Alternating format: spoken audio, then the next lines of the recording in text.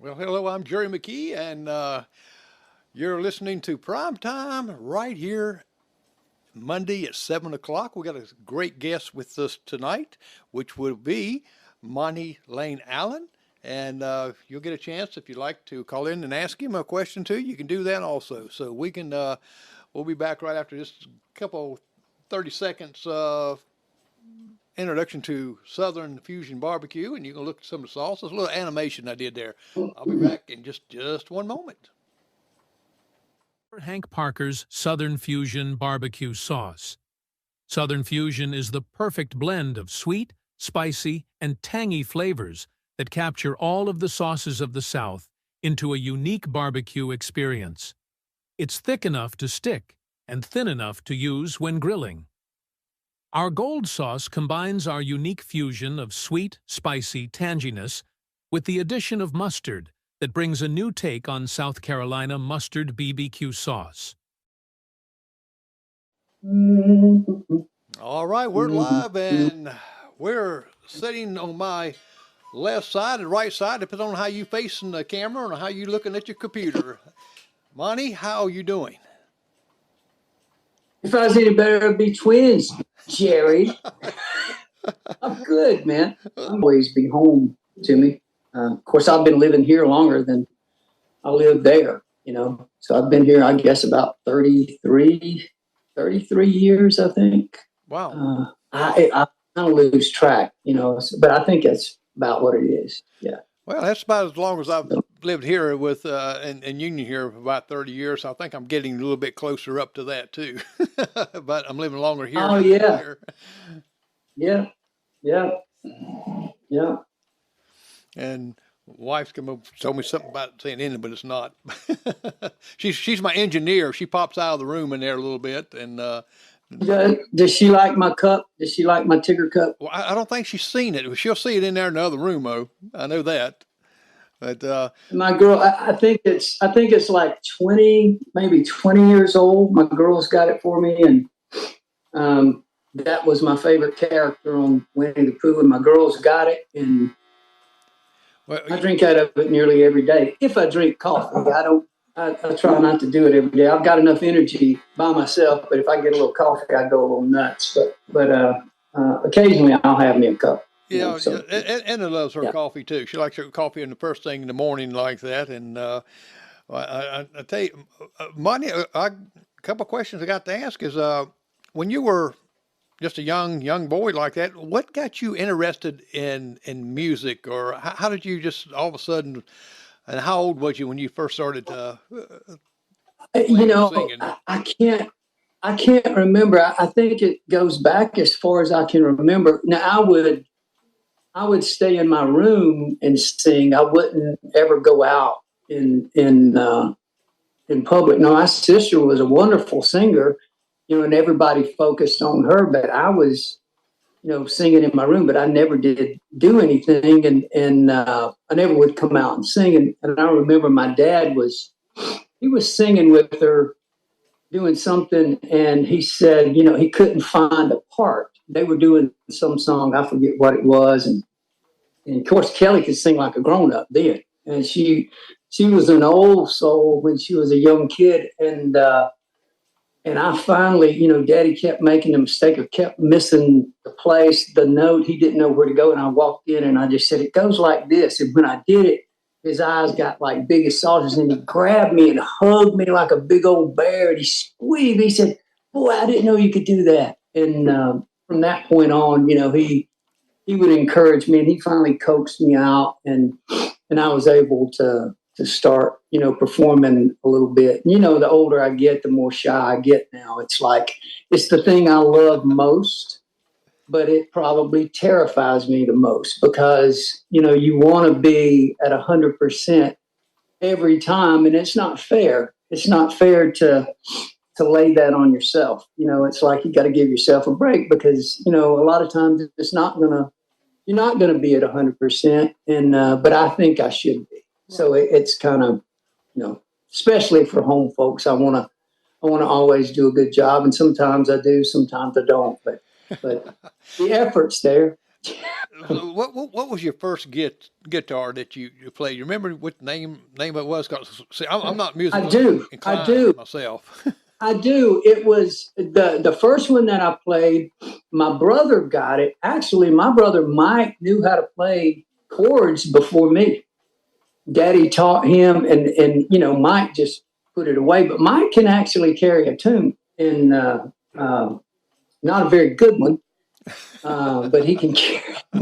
No, he can. He really can. He sings in church, which surprises me. But he had a guitar, and when Mike put it down, I picked it up, and Dad showed me it. This was a little no-name guitar, and I played on that thing, and I loved that thing. I wish I still had my first guitar. And then they went to probably the nicer one that I had. It was a Conqueror. That's what it was, but it looked like a Gibson, but it wasn't. And it was like one of those 3-tier down Gibsons, like like in a car, you get a DX, a LX, LX. I had the DX, and but it was a great little old guitar. And then I learned a few chords on Ed Gibson's guitar, which I bought from him, several years ago, and I have that, and it's a prized possession of mine. But probably the real guitar, they bought me a Giannini as a little classical guitar, and I kept that thing. I still have it, and then they bought me like an Ovation or something. But then it was up to me to buy my own instruments after that. So Yeah, I think it was Dad and Mom. Yeah, I can't. Yeah. Musical instruments I can't play. My wife plays the piano real good, and I think the first little guitar I had when I was little, like that, was one of those Mickey Mouse things that you cranked up and made the little noise in it. That's about the only thing I could do. Oh yeah, sure. Yeah. It's funny. I didn't, and I played sports and stuff, and I did all of that stuff, but I should have been in my bedroom practicing my guitar, because that was the one thing that I could. I had friends, Randy Crocker and Tommy McCollum, who have always been great encouragers to me. Arnold Childers, wonderful encouragers to me, and they stoked that fire because they allowed me. I was on like a level playing field with those guys. They treated me that way. Wow. I wasn't as advanced as they were, but as they were, but they put me on that field with them, and I don't know. I guess singing, I could always just hear parts. I can't remember not being able to do that, and I've got friends here that I've done a lot of studio work with, and they were the same way. They can't remember not being able to do it, and I was just really blessed and fortunate. And my daddy was just a fantastic singer. He was. I mean, he was just an amazing singer. He could have really. I think he could have really done something, but he had. He went in the Army and had 3 kids, and went to work for a living. Yeah. And life changes then, around a little bit like that. Yes, it does. Now, yes, it does. You remember your first time that you got up to sing or perform in front of someone, even little growing up? Was you terrified? Yes, I do. Yes, I do. I was at, this is not, and we've got a tape of this thing. It's an 8-track tape. I don't know. I know the kids out there will never remember this, but it was an 8-track tape. It's red. It's at my mom and daddy's house now. Well, it's my sister's house now, but it's at that house somewhere now. And I never will forget, Daddy and Kelly went up there to sing. Dad was singing with the Riverside Quartet at the time, Charles Crocker, R.M. Crocker. I think maybe R.M. had passed. It might have been Ray Poteet and Daddy and Ed. And they were up there singing, but they had like a country hour too. So Kelly, Arnold was just a young man. Him and Margie didn't have kids at that time. And Daddy, said, "Hey, will you ride over to Gaffney with us?" Arnold said, "Yeah." And he took his Gretsch and he plugged that thing in, and I could still smell that Gretsch. I loved it when he opened it. You could just some smell about that thing that I just love. And of course, I love Arnold but he came and he was playing for Daddy and Kelly. And then they said, boy, you want to sing? I said, no, I don't want to do it. Daddy said, I'll go out there and sing one. And I said, no, I don't want to do it. And they said, come on, do it. We got a guitar. And they had some old Fender guitar that they fixed the strap some kind of way. And I went out there and sang, what was it? Does my ring hurt your finger when you go out at night? And it was so cool because You know what? Dad sang with me. It's a Charlie Pride song because I dearly love Charlie Pride. You know, and I sang that. And I heard that song that you just sung yeah, a couple days ago on the radio. That song. Does my ring hurt your finger? Yes, Yeah, that same you one. go out at night. Yeah, man. I did, and when I sang that, it's like, and I never will forget the announcer when he said, "From the foothills of the Blue Ridge Mountains, we bring you Marty. Take it away, Marty." Just like that, and it was so freaking funny when I listened back. You know, the last time I listened to it, which was many years ago, but Daddy sang with me, and it was that's something I'll always treasure and always have. And then I kind of graduated on up to do another side. I sang with a friend, Gary Vanford Tadpole. We sang at a I'm trying to think of what that it was, some kind of talent show at Lockhart, and of course there's a lot of talent down there, and we would do that, and then it just progressed from there. I was that kid that played and sang, and then I just got addicted to it. Glenn Campbell was such a big influence on me, and when I got to see him in Columbia, South Carolina, I remember we walked up those tall steps, and my knees, I had wrecked on a bicycle at my aunt's house. We had stopped by her house, and I'd wrecked on a bicycle. My knees were just bloody, and we finally got them bandaged up. Can't talk right now. And I remember we were walking up those steps, and we got up there, and we could look down there and see Jerry Reed opened, of course, and then Glenn come out and just killed it, and lineman for the county, all that stuff, which we loved, my dad loved, and I was sitting up there, and I remember we were so far up that Mama had borrowed binoculars from Dr. Witts. That's who she worked for at the time. Okay. And I remember everybody was passing them around and giving them, and they let me, and I thought it was so sweet. My brother and my sister and my mama and my daddy let me hold them the longest. Because I don't think I ever thanked them for that, but that was awfully sweet of them to let me do that. And of course, I would watch Glenn. I said, man, I'd love to do that one day. I'd love to, be down there around that one day. And lo and behold, many years later, I'm on the stage with one of the biggest country music superstars in the history of country music. And I traveled the world with him, and I would get to, even though now I wasn't in the pilot seat, but I was sitting over there in the co-pilot. I was right there where he was, and it was wonderful to see that. And I would look up every single night because it never was like work to me. Never. I mean, it was like, I thank God for it. It was such a blessing to be able to do it. But I would go out and I would look up in every venue we went to, and it would be 15, 20,000 people out. And of course, Alan, all he had to do was walk out there and, how y'all doing? And people go crazy. And but before it, I would always pray and thank the Lord for having me there with him and the band that I love.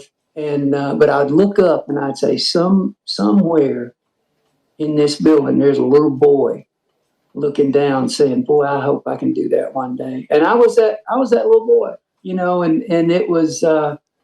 I always tried to be kind to kids, and a lot of times I would give them picks, and I would hand them picks and walk off before they even knew what hit them. I'd slip it over there to them, and I'd hand it to them, and they would never know who'd give it to them. Really, they just, hey, some blonde-headed dude running off down through there, giving me a pick. I hope he's not a weirdo. But it was like, I never forgot that childlike love for that. It never got old to me, and after all those years of being on the road with Alan, I've told him, I said, unlike you, I still enjoy it. And I said, and I know he enjoys it, but he's just been doing it over half his life. But it was, for me, it just never got old. It was like, it was fantastic. I got to see the world through a bus and an airplane. Yeah. When you was I went to when you was a little and growing up and really picking your guitar pretty good like that. Now, when I was growing up, we knew friends of mine. They was in a little band, stuff like that, and they did it for the little girls. They did it for the girlfriends. Oh yeah, I didn't. I really, that really didn't cross my mind. It did as I got a little older, especially when I saw Stacy. I just wanted to know who she was, and I went straight down and talked to her, and I thought she was so pretty and nice to talk to. But yeah, that was a little perk for a boy in a band. If you were a singer and had a guitar around your neck, you could usually get somebody's attention pretty quick, and I'm thankful that I got her attention, because she certainly got mine, and she still does at this day. We've been married 30-something years, Yeah, I don't even know. Don't tell her I told you. I don't know. I know we were married in 91, so I really don't know. What is it? Is it 33 years, something like that? I think it'll be 33 in September. Yeah, well, September you was talking 19th. You was talking about being on the bus like that. I got to interview back in 1985 Loretta Lynn on her bus, and one of the things that she is a sweetheart. One of the things that she really disliked about being a star as she was, is she says she clearly can't go to flea markets like she could. She had to eat on the bus because of things like that. That's true. I mean, and a star like her, a star of the caliber of a Jackson or Urban or Paisley, or a lot of these up and coming guys that are just big old country stars. Yeah, they can't go out, and just mingle. They have to be that guy, or the ones that people perceive them as being, so yeah, that would be kind of tough. I think God just let me be close enough to it, because, and it's like, because so many folks said, well, man, why was you never out front? Why didn't you have a band and do this? And I said, man, I know it sounds like a cliche. I do. I know it sounds like an old, worn out cliche, but it was, God called me to Nashville, and, I'd finally straightened my life up after 28 and a half years. God got my attention and straightened me out. And I've never looked back since. It's been 35 years when I said, Lord, whatever I have left is yours. Take it and use it. I'll go where you want me to go. I'll do what you want me to do. And when I did that, man, I'm telling you, my life, it was like, bam, we were married for a year, and God said, hey, I want you to move to Nashville. And I wasn't crazy about going. As a matter of fact, I fussed at God all the way up the road. I did. When I got to the other side of Knoxville, it was like, I think the Lord said, are you through whining? Enough.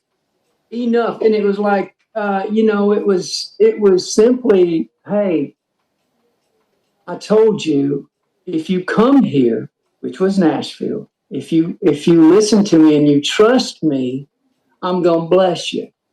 I'm going to bless you more than you've ever been blessed before, but you've got to trust me. And I said, okay, Lord, I'm going to do that. And man, when I did, I come up here, and it wasn't all easy. The places he put me in, the positions that he set me up in, it seemed, I mean, I couldn't draw it up. I mean, it became, I look back at it and I said, man, that was really easy. I didn't, I had worked, I had prepared, and, once I got there, I wasn't there no time, and I signed with a major publishing company. And then I started demoing songs for other people, anywhere from beginning songwriters to Grammy winning songwriters. So it's like, hey, this boy can do all the parts. He can, you pay him one fee and he can do it all, and there's several of my friends that can do the same thing. But I got plenty of work doing. I was making more money than I'd ever made with the state, and I was getting to do it. I would go in and work at 10 and sing, and 12 or 10 and 2. And then I might do a 6 o'clock. Sometimes I'd go in at 10 o'clock at night and work, and work on the weekends. And then I thought, you know what, man, I'm going to stop working on the weekends. And all of a sudden work would dry up a little bit. And then I would get other buddies that did what I do. And they'd call and say, hey, are you getting all the work? And I said, no, man, it's drying up over here too. And they said, man, what's going on? Everybody would freak out a little bit, but it would, and I still have a lot of the clients that I worked for back then. I still work for them today. And that's, man, it's after 30 years of doing it, and I often tell people that I really am the richest man that I know, and I've got everything that I've ever wanted, and but when I lived in a house where I could look out and see daylight out the back of that little farmhouse when Stacy and I got married, God had given me such a peace, and I never lost the peace.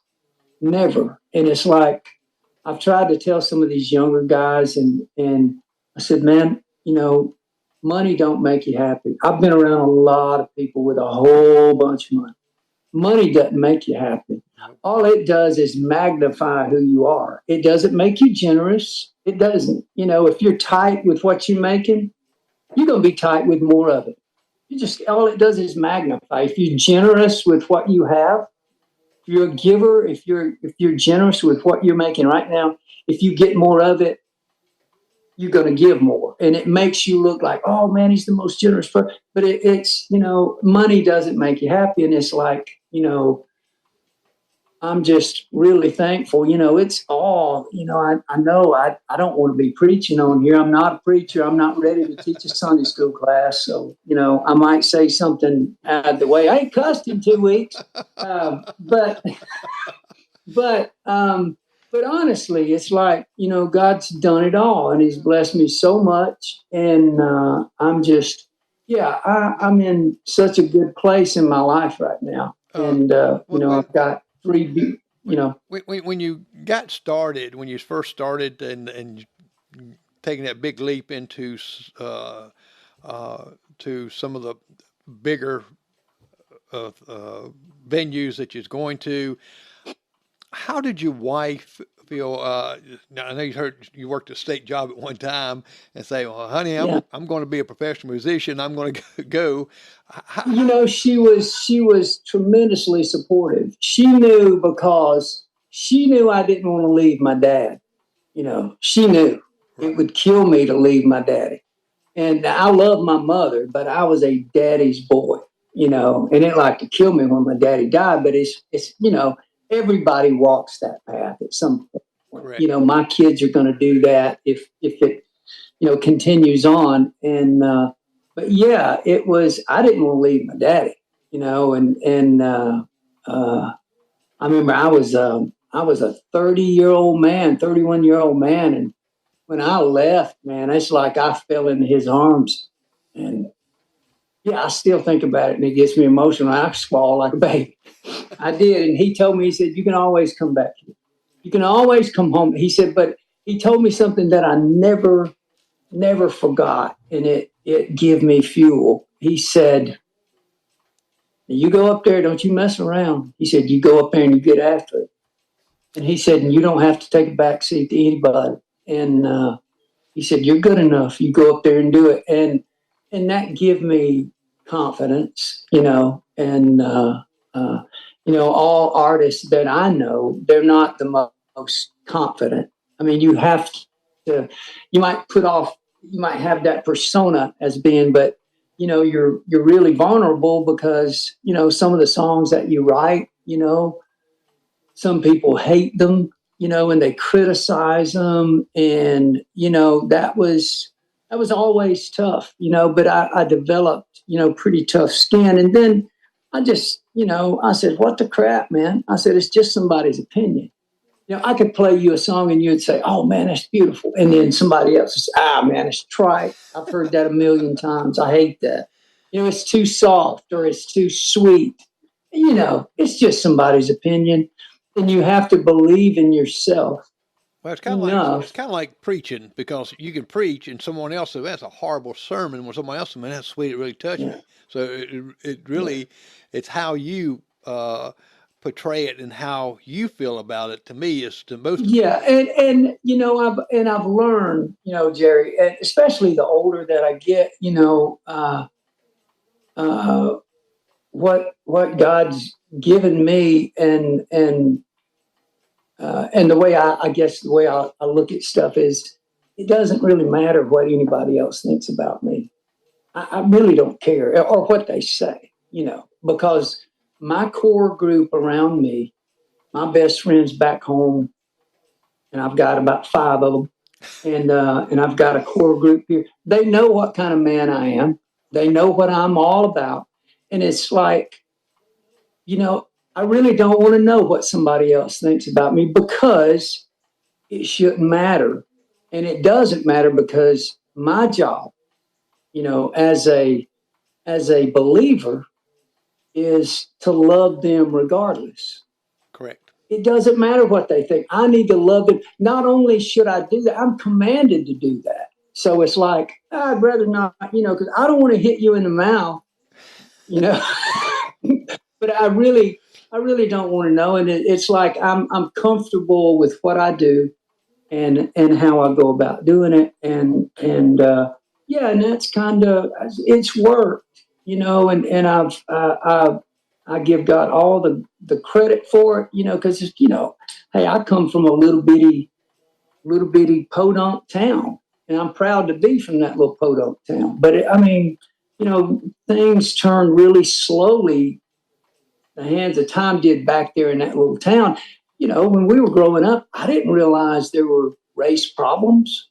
I mean, we didn't know about that. We just, when the schools were integrated, we saw kids, hey, it's another friend. I didn't think about it, any other way, but, and, someone to play with and somebody to hang out with. But when you pull back from it, as an older man, you say, great day, man, that was really going on back then. So, so I've got friends of many colors. So it's like I'm thankful that I was from that town, because I feel like we were kind of insulated from the rest of the world.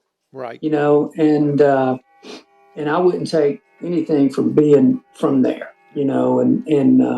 when you but this is I was going to ask you, what is the first song that or the first lyrics that you wrote down that you realized that, what, I can write songs, I can write music? Well, I didn't. Well, I was doing something somewhere, and I think my dad, I wrote a few songs for us to sing, and I remember one of the guys we were doing a record out in Greenville, South Carolina, Mark V, and I remember one of the guys saying, who wrote that?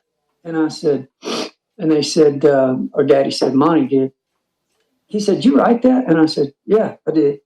And and then it would be another song, and they would perk up and say, "Who wrote that?" And I said, "Well, I did." And I didn't really know if it, and I said, "Oh yeah, man, take it, use it." Of course they took it, and I signed the publishing away. I didn't know any better, and not that they were trying to do a fast one, but it's like, hey, they were going to pitch it to other people, and they did, and songs started getting cut, and then, once I continued writing gospel songs, a lot of people, over the years, a whole bunch of folks have cut them, and I've had a bunch of number ones in that genre, and it was, I'm trying to, and I don't know, me and Robert Arthur started writing together. That's when I moved to Nashville. I know I'm jumping around a lot, but it's a lot of information. Robert and I started writing a lot, and I felt like we turned the corner when there was a publisher up there that said, "Now that's a great song." And, and see, Robert lived in Nashville before I did. He was there a year.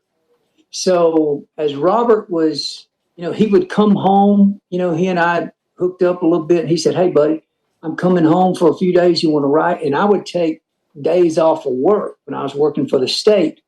And we would literally, Jerry, we would write just about all night. Now, some of the songs were terrible. I mean, they were, but you got to get those out of your system too, right? So, but some of them were pretty good, and they got better, and Robert would report back to me. Robert would drive back to Nashville, go see his publisher buddy Ken Bassey, who used to be with Kenny Rogers in the first edition. He ran a publishing company, Ken did, and Robert would come back and said, "Man, he said," I said, how did he like that batch? Is what me and Robert would call it, a batch of songs. And we'd do like 3 or 4, and then he'd run up and play them for him. And he said, "Man, he hated those. He just chopped me to pieces." He said, "But he wants to know who the singer is." He said, "I hate the song, but I love the singer." And Robert, we'd keep going back and forth. He said, "Man, who's singing?" And he said, "Well, that's Monty. That's my buddy back home."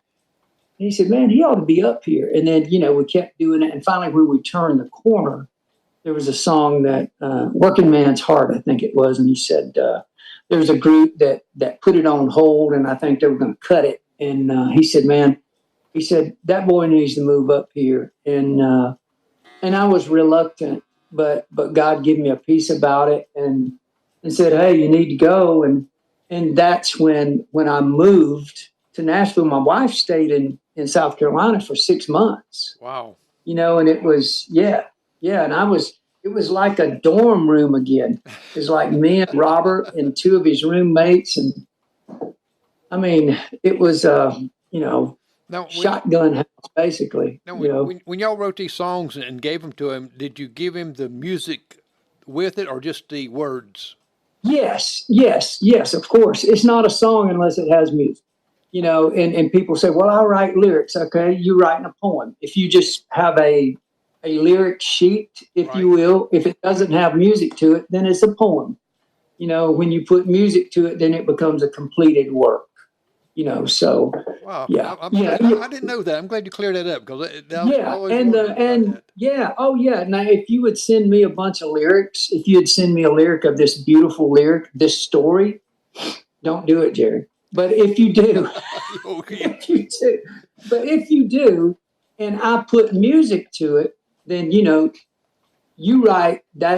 I own half that song if we agree. You see what I'm saying? It's like I'm your songwriting partner, if you will, on that particular work. But you could always tell when somebody was really green when they'd say, "Well, yeah, I wrote the song. He just did the music," and I just start laughing. I'm saying, "Good night, man.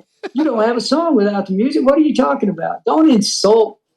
The musician in the crowd. I said, you would have nothing without him. So what gave you some inspirations on some of your songs? So what? My kids.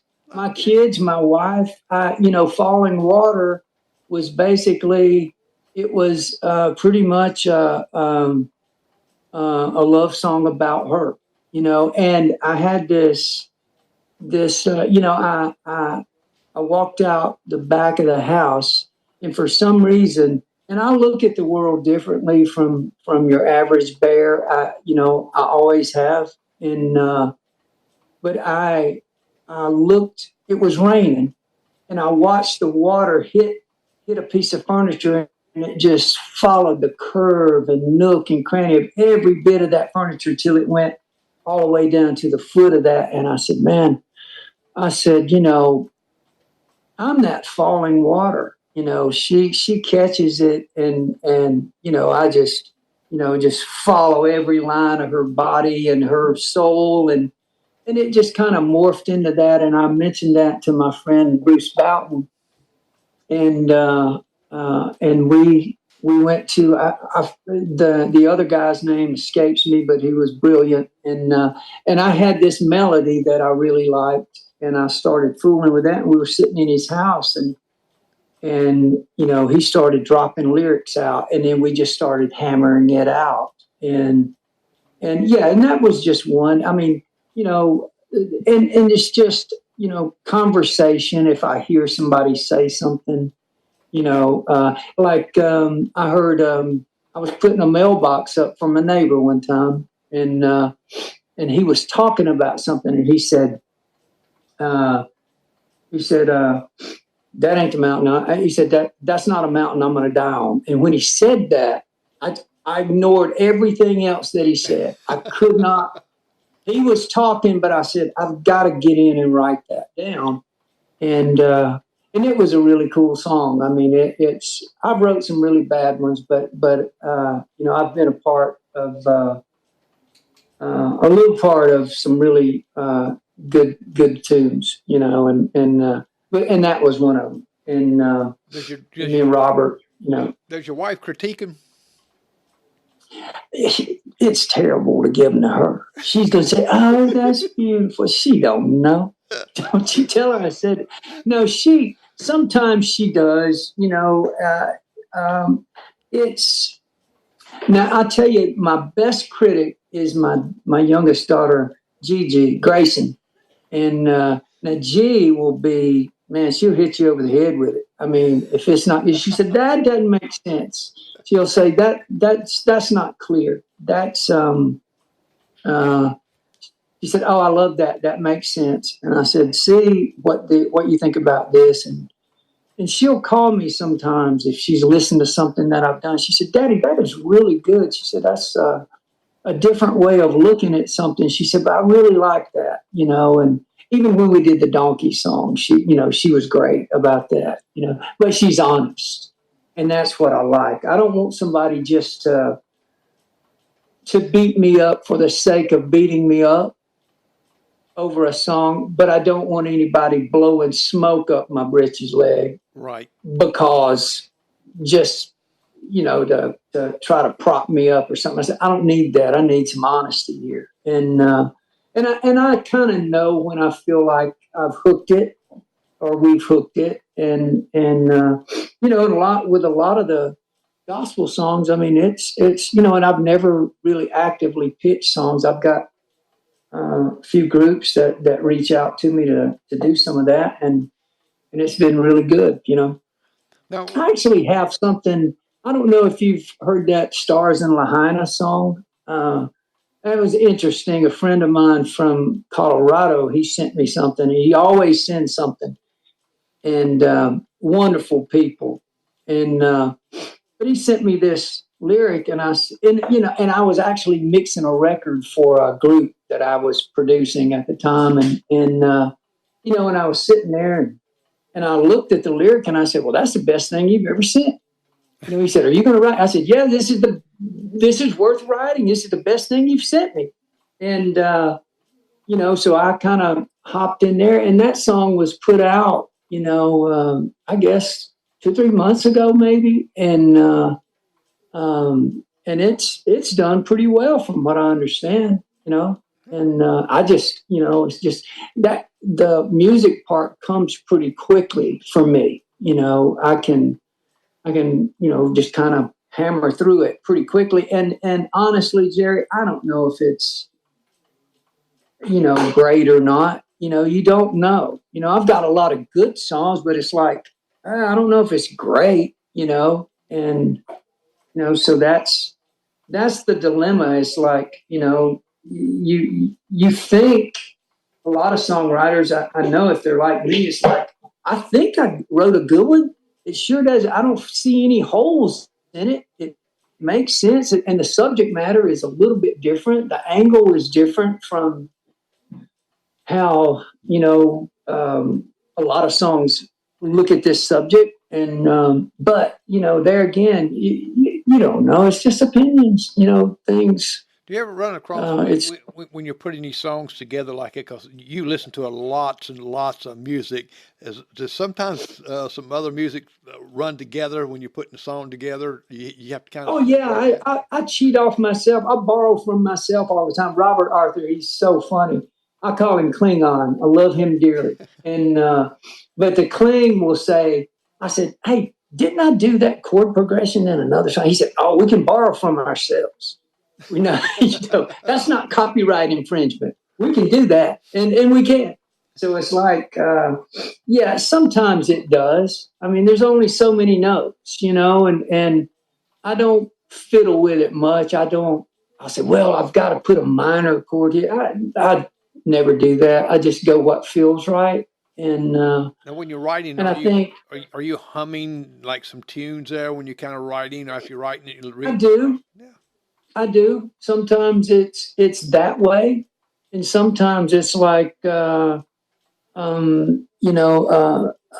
think about something, and the donkey song, for example, and that song's been played a good bit. I think the Wisnett family cut that song, and I told them it would be a good song for them because it's just from a different perspective. But it actually started out as a joke. I walked right here where I'm sitting, and I picked my guitar up, and I said, it's around Christmas time, and I said, I wonder, and I think they were looking for Christmas songs, and I said, I wonder if the animals could actually talk, when Christ was born, not saying they didn't, maybe they did, I don't know. But if the donkey could speak, what would he say? And I said, I'm going to try to close it off and keep him in the bag as long as I can for somebody, and then I was walking through the pasture after finishing a meal, content with kicking up the dirt and gazing through the field. And it was like, okay, that can be a man. That can be a man walking through the pasture. Then a man and woman approach me with kindness in their eyes. And it's like, and so it was with that. Yeah, I kept it in the bag as long as I could, and me and Robert, and it was, it started out as a joke, and I said, hey, and I called Robert, and I said, hey, I think this is pretty good, and it turned out to be one of the coolest songs I've ever written. Well, yeah. In the Old Testament, like that, there was a donkey that actually spoke. There you go. So there you go. Well, this is something, and you'll love this. When I sent it to the Wisnett bunch out there in North Carolina. And I remember Susan called. She said, "Oh, we love that song, blah blah blah." And then it was like, "But we're just trying to figure out, who's going to be the donkey." I said, "There's no doubt who it is in my house." I said, "I'm it. I'm that donkey, buddy. No doubt." But yeah, that it's a really cool song. And you probably thought about that when when you shaved one of your eyebrows off. Oh man, did you see that? That Did you was, see that? yes, that was You know, so a man's funny. got to keep them things groomed up. And man, I'm gonna tell you, when I did that, I told somebody, I said, um, I said my eyebrows are getting bushy, and I had one of those trimmers. I remember I've had it for years, and I thought it was set on the right. It looked like it was set on the right setting, and right when I hung it in there, stuff fell down in my eye, and I said, "Oh crap!" And Stacy was in there watching TV in the media room or bonus room, whatever you want to call it. But she was in there watching a movie or something, and I stood there and I looked at it, and it was slick, man. It looked like Arnold Schwarzenegger. It looked like the Terminator. And I said, "What am I going to do?" And all of a sudden, man, it's like I said, "I can't leave the other one. I got to get it too." And I did. I shaved the other one off, and man, I left, and it was probably 9 o'clock. And I never go to the gym at 9 o'clock. And I said, "Hey, I think I'm going to go work out." And I'm taking off out the door. And she said, "At 9 o'clock?" And I said, "Yeah, I'll be back, man. I just need to go get me a quick workout in."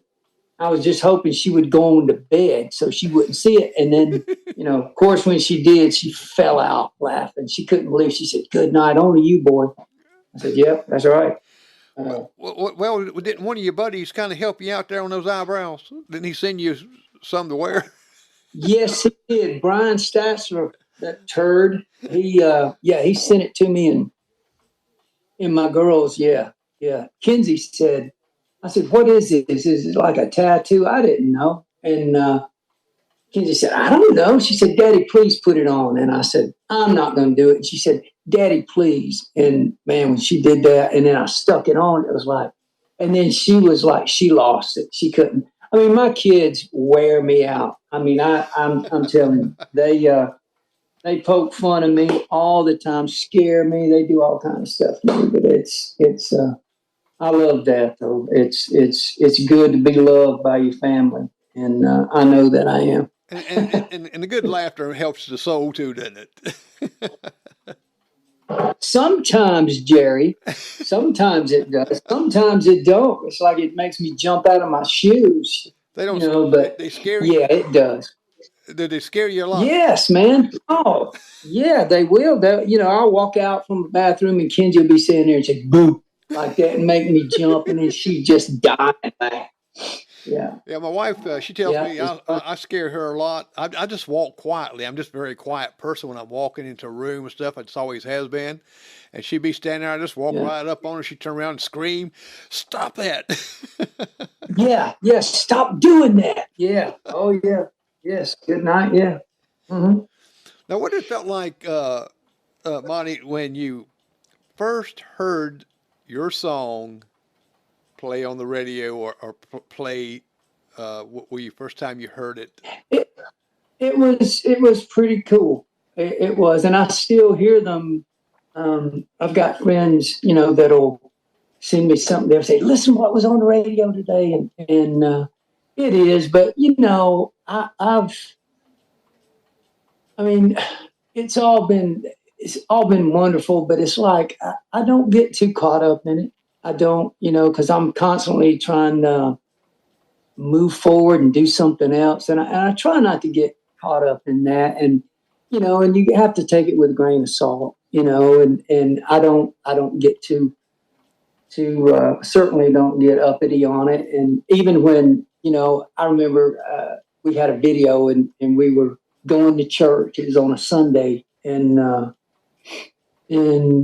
one of my kids said, "Daddy, you're on TV." And I walked in there and I peeked my head around the corner. I said, "Yep, I sure am. Let's go." And we walked right out the door. I didn't even look at it. I went right on out the door. And it was so funny. It was the same kind of thing that happened when People Magazine called me. It was like one of I've got the article in one of these storage cabinets somewhere, but it said one of 5 new country artists to watch. And see, and I was we had put a song out. I went and did the way that happened. I did like 11 or 12 songs in one day. I was just working for these guys, demoing their songs, doing like this record, and I was the stunt singer basically. And it was going to be no name. Nobody would know who it was. It was just going to be put out as a group. And but one of the songs was "A Soldier Coming Home." All I want for Christmas is a soldier coming home. And once they did that, they mixed. I mean, and it was basic, ham and egg kind of stuff. But I sung it, I guess, as well as I could do.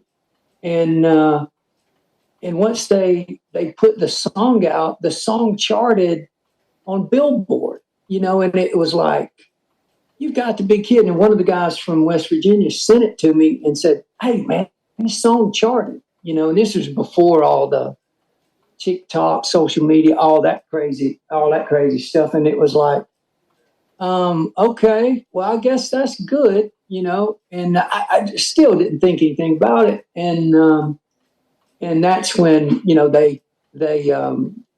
a couple of lawyers got together and formed a label, and they signed me to the label. And then that's when I went and did my country record, and added that song to it. But yeah, it was like that little song there was like, I mean, and I was out touring with Allen then, and some of the opening acts, probably didn't have a song as high as that one was. And it wasn't, it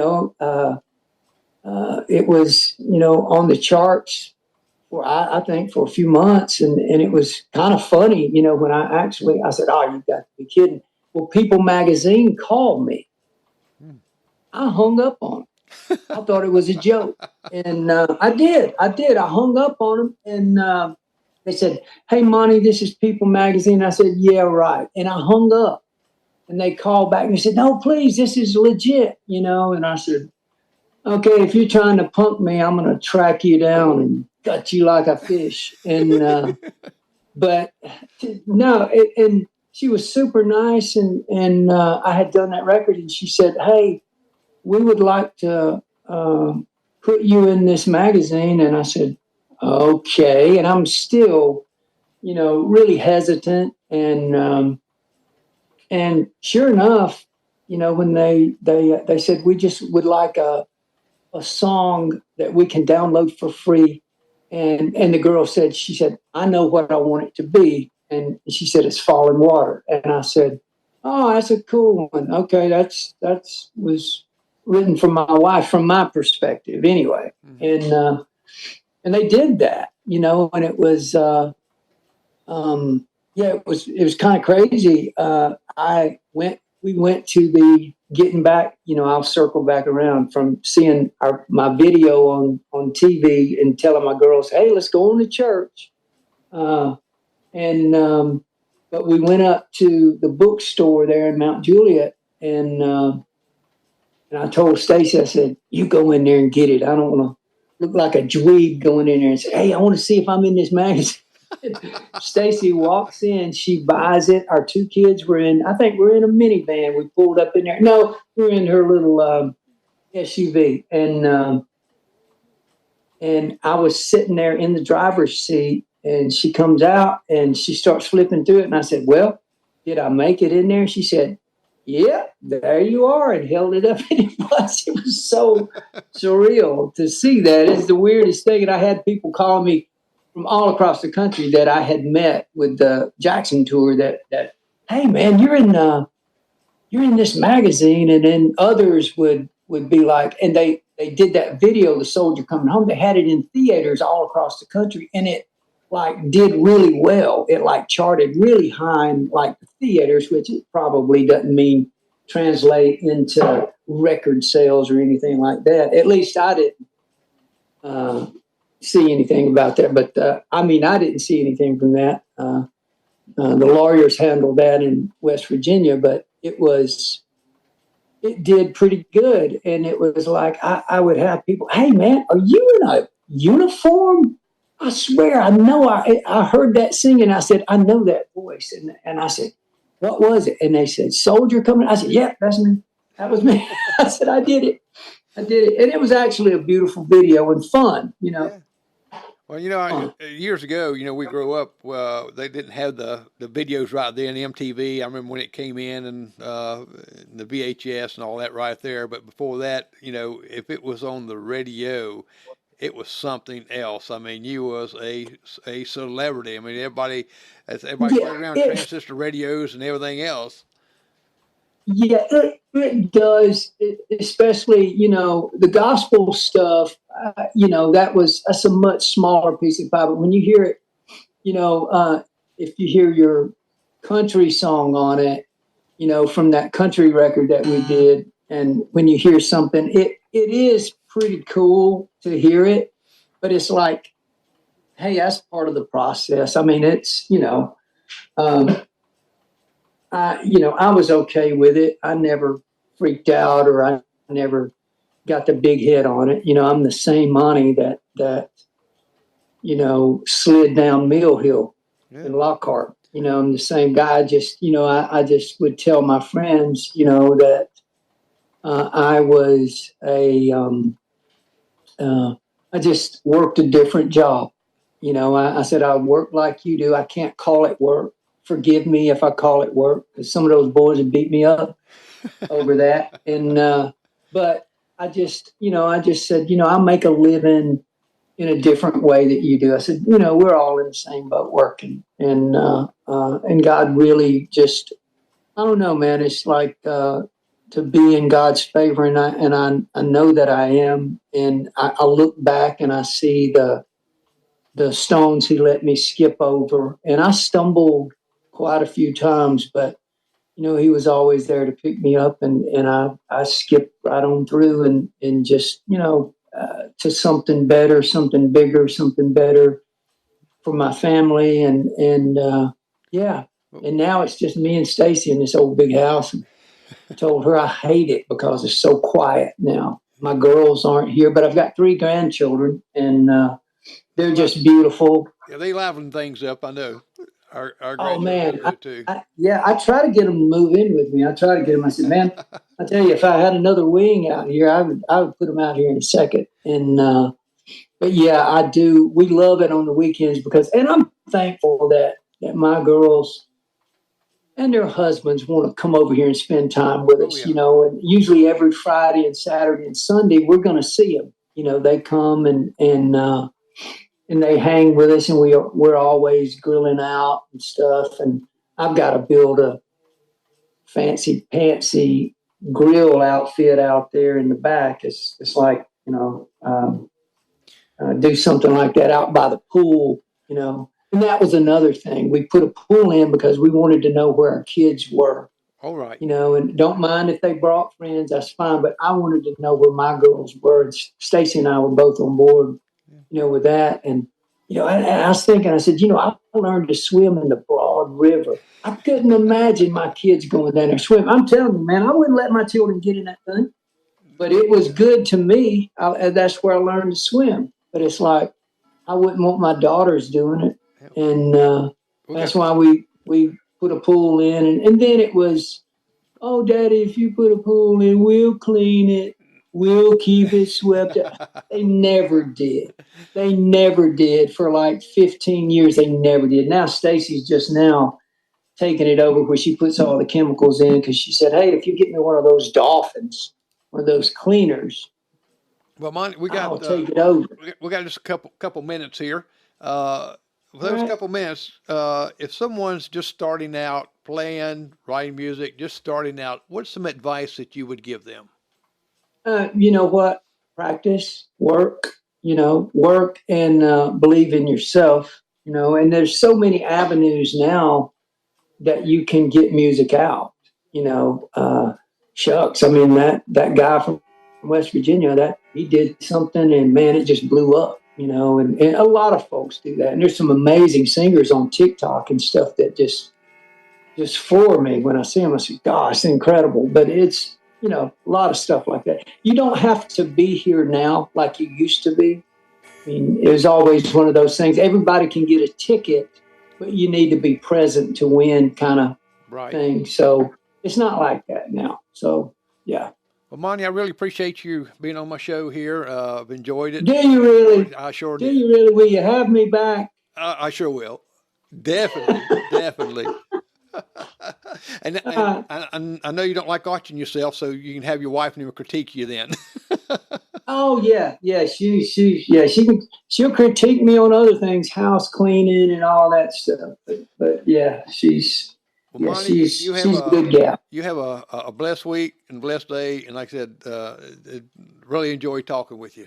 And Oh man, I enjoyed talking to you, Jerry, and hug Edna Sue for me. I'll definitely do it. I'm going to switch over to me and put a little music in the background and sign off.